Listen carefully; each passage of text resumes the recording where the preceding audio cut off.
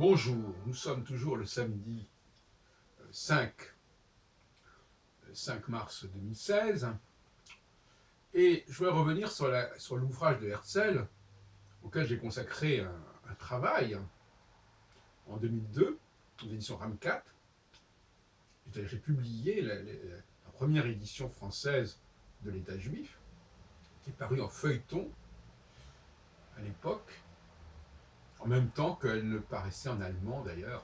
Et d'ailleurs on peut penser que Herzl avait revu et corrigé cette version française. Et donc la polémique sur le fait qu'on ne peut pas traduire Judenstadt par l'État juif est complètement aberrante, puisque s'il y a une chose qui est certaine, c'est que Herzl savait très bien sous quel titre allait paraître son bouquin. Là, c'est vraiment aberrant.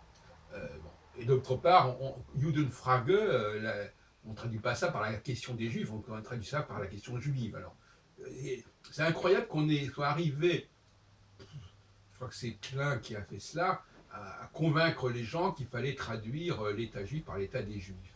Bon, cela dit, c'est un débat intéressant, parce que quelle est la différence entre l'État des Juifs et l'État juif, au niveau de la sémantique, etc. Alors, je dirais, pour rebondir sur un précédent exposé que j'ai fait, que l'État juif concerne euh, une certaine conception de l'État, et l'État des Juifs concerne un lieu où les Juifs seraient installés. C'est pas du tout la même chose. Alors, bon, je ne veux pas revenir sur le contenu même de l'ouvrage de Herzl, paru donc en 1996-97, à la veille du congrès, du premier congrès sioniste de Bâle, même s'il y a d'ailleurs pas une coïncidence, en tout cas apparemment, Herzl ne s'est intéressé à ce congrès sioniste de Bâle qu'après avoir publié son bouquin, et il a rejoint un mouvement qui était déjà existant. Il n'est pas l'auteur, et c'est pas lui qui a convoqué le congrès de Bâle, même s'il l'a instrumentalisé quelque part, mais c'est beaucoup plus compliqué que ça. Donc, l'État juif, qu'est-ce que ça pourrait être? Maintenant, on parle de l'État hébreu quand on désigne Israël. Est-ce que c'est un État uniquement pour les Juifs? Est-ce que c'est un État où les Juifs seraient protégés, où les Juifs seraient dominants? Ou est-ce que c'est un État où on va mettre simplement des Juifs et qui sera ouvert à accueillir tous les Juifs du monde qui le voudront? Voilà tout un ensemble de questions qu'on peut poser à différents niveaux et qui tournent autour justement de ces différentes acceptions du mot État. État, territoire, espace, ou bien État, administration, structure de gouvernement.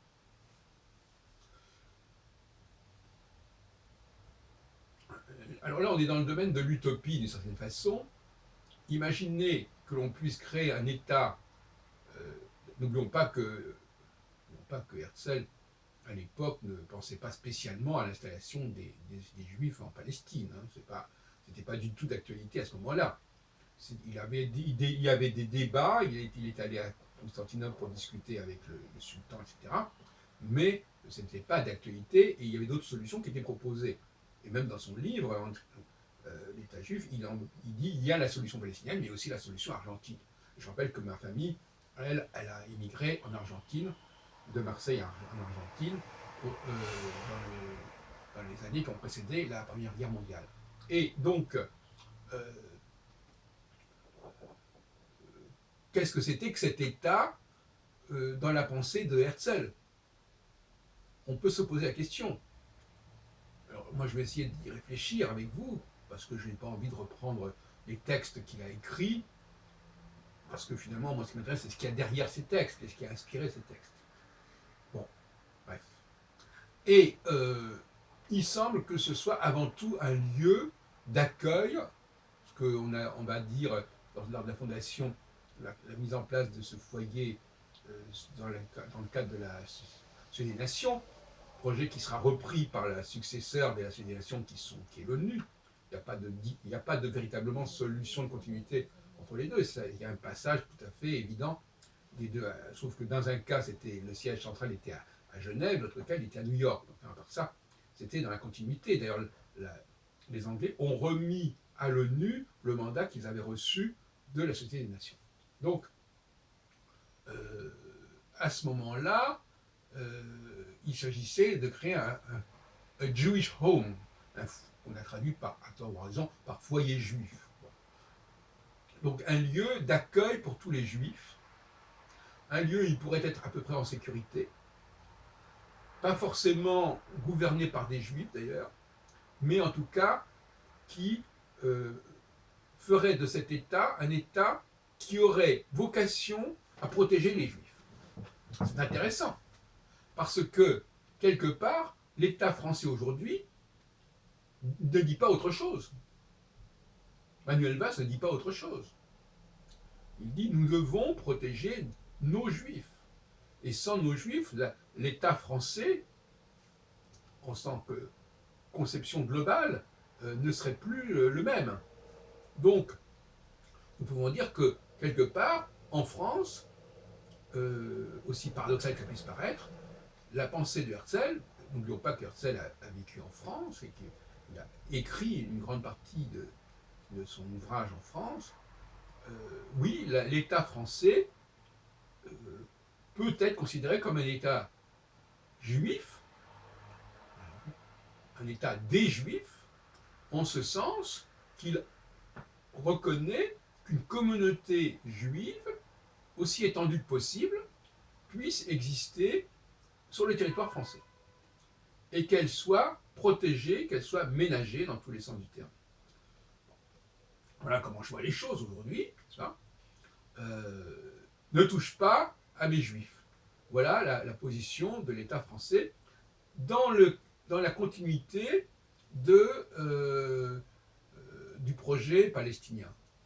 Et c'est d'autant plus vrai que vous savez très bien qu'il y a une rivalité, il y avait une rivalité. Il y a eu une rivalité, d'ailleurs, au lendemain de la Première Guerre mondiale, pour savoir si c'était la France ou l'Angleterre qui allait être chargée de ce mandat concernant le foyer juif. Alors il y a eu des aménagements, des arrangements territoriaux, je donne ceci, je donne cela, etc. Mais néanmoins, la France était concernée. Et d'une certaine façon, on peut penser que la France a effectivement voulu concurrencer le projet britannique. Mais elle l'a voulu concurrencer dans son propre territoire, dans son propre État. D'où l'accueil considérable de juifs au lendemain de la Première Guerre mondiale, notamment une grande partie de juifs de Turquie ont été accueillis en France, mais pas seulement. La France est un autre projet d'État juif, et encore une fois, la question n'est pas l'autonomie de cet État juif. La question, c'est un État des Juifs, en effet, plutôt qu'un État juif, un État des Juifs au sein d'un ensemble plus vaste. Et que voulait Herzl quand il discutait avec le sultan, au tout début du XXe siècle, c'était que le sultan accepte qu'il y ait un État des Juifs au sein de son empire. Il n'a jamais été question dans l'esprit de Herzl d'avoir un État juif indépendant. Ou en tout cas, il pouvait admettre, lui qui venait d'Autriche-Hongrie, ce qui n'est pas rien non plus, il pouvait admettre qu'il y aurait chez les Juifs de cet État une certaine forme d'autonomie. C'est-à-dire qu'au fond, toute communauté était vouée à s'administrer elle-même dans certaines limites, sans avoir la responsabilité de l'État au sens plus large, qui devait justement s'occuper d'harmoniser ces différentes régions, ces différents États. Parce qu'après tout, on parle bien des États-Unis, donc il y a les États-Unis au sein d'un État qui est l'État américain. Bon, donc le mot État, on peut l'employer dans plusieurs sens, de même qu'on parle des nations quelque part en Angleterre, au Royaume-Uni, au sein d'un État britannique, etc. Bon. Donc, Le mot britannique est un mot qui est employé justement pour englober la diversité de ces nations écossaises, galloises, anglaises, irlandaises. Donc, oui, euh, l'idée d'un État indépendant est une idée qui n'a rien à voir avec les conceptions herzliennes. Ça n'a absolument rien à voir. Le mot État, ici, veut dire un espace où les Juifs pourront être accueillis, un refuge, c'est le mot qui est employé souvent, notamment par Nordau, un des amis de Herzl, un refuge, un asile, où ils seront protégés. Et je reviens là-dessus, en France aussi, nous sommes censés avoir créé un espace où les Juifs seront protégés. Il n'est pas réservé aux Juifs, mais ils sont protégés contre toute forme d'agression, contre toute forme de menace, et si on prend le cas de Napoléon, ils ont droit à une certaine forme d'organisation interne. Voilà ce que c'est que cet État juif, au sens double du terme. Un État pour les, pas un État qui s'occuperait de la protection des Juifs. Et dans ce sens-là, Manuel Valls est parfaitement dans la ligne de cette théorie, de cette philosophie. Et le scandale, justement, le scandale du régime de Vichy, c'est de ne pas avoir respecté cet engagement de la France envers les Juifs. D'avoir laissé les ennemis d'Israël, Israël, là, désignant le peuple juif et pas l'État d'Israël qui n'existait pas à l'époque, sévir contre une communauté au sein même de l'État français.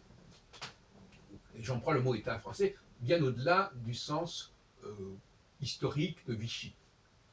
La France est un État, c'est l'État français, et il est responsable de ses juifs, tout comme il est responsable d'ailleurs de ses musulmans, ou de ses chrétiens, bien entendu. Donc, voilà, la laïcité française, c'est un concept où chaque communauté doit être protégée contre les agressions d'autres communautés. Or, c'est bien cela dont on a affaire ici.